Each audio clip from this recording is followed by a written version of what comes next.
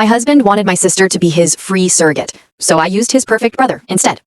For 3 long years, Mark and I had been trying for a baby. Every month felt like a funeral for a dream that kept dying. Each negative test broke me a little more, while Mark sighed and scrolled through adoption websites like he was online shopping for a child. Then, during Thanksgiving dinner, my younger sister Emma, sweet, kind Emma, with 2 kids of her own, made an offer. "I'll be your surrogate," she said, holding my hand. "Family helps family." I thought I'd finally caught a break. But when I looked up, I saw Mark's eyes locked on hers across the table, and I swear, something in his smile chilled me. A week later, the fertility clinic quoted us $30,000. Mark immediately built a spreadsheet with loans, interest rates, even selling his motorcycle.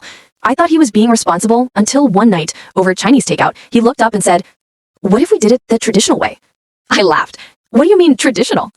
Completely serious, he said, "We skip IVF. I just plant my seed directly in Emma. No medical bills, no hassle, same result." My chopsticks hit the table. He wasn't joking. He went on about how people used to do it for centuries, how it would be clinical, how I should understand the sacrifice. When I refused, the guilt trip began. Other wives would do anything to have kids. 3 weeks later, Emma called me herself. "Mark explained everything," she said softly. "I'm open to it. Whatever helps you become a mom." That was the moment something inside me snapped. Then came the Thursday that changed everything. Mark was away at his brother's bachelor party, and I needed our insurance card. While digging through his office, I found a folder labeled medical. Inside were test results, 2 years before our marriage. Male factor infertility, sperm count, 0, permanent, congenital. He'd known all along. Every time he comforted me through fertility treatments, he knew he was the reason.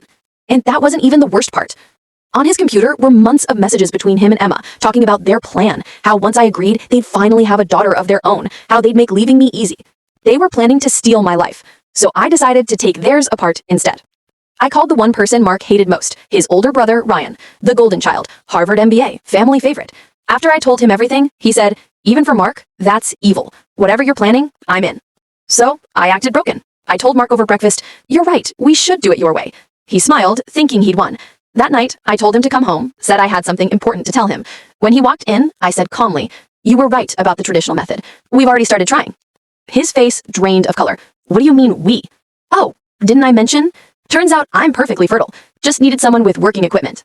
Then I called upstairs. "You can come down now." Ryan appeared, adjusting his tie. "Hey, little brother, thanks for the idea." I slid Mark's own medical report across the table. "You've been sterile your whole life, and Emma's finding out right now." His phone buzzed nonstop as he turned pale.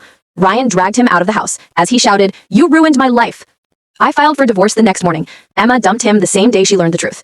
Now, I'm finally at peace. But sometimes I smile, imagining Mark lying awake, wondering if his perfect brother really did get me pregnant. And that's a secret I'll never tell.